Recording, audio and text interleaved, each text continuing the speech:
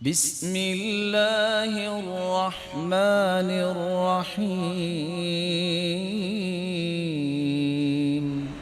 اولد صالح یدعو لہ، بندہ قبر میں چلا جاتا ہے، ایسا بچہ اور ایسی بچی نیک اولاد ہاتھ اٹھاتی ہے، یا اللہ میرے والد کی مغفرت فرما دے، اللہ ان کے درجات بلند فرما دے، اللہ ان کو عظمتوں سے نواز دے، اللہ ان کی آخرت کی گھاٹیاں آسان کر دے، اللہ انہیں جنت میں اعلیٰ مقام عطا کر دے۔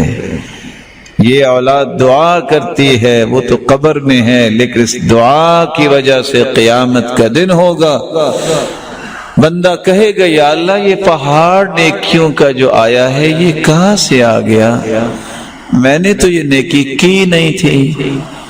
جواب ملے گا باستغفار ولدک لک، یہ تیری اولاد کی دعا ہے جس کو ہم نے پہاڑ بنا کے نیکیوں میں شامل کر۔ سلف صالحین میں سے ایک شخص کے پاس ایک آتا ہے، کہتا ہے مجھے یہ بتاؤ میں نیک ہوں کہ نہیں؟ کہا یہ تو اللہ جانتا ہے، مجھے تو نہیں پتا آپ نیک ہے کہ نہیں۔ کہا نہیں میں نے آج پوچھ کے ہی جانا ہے۔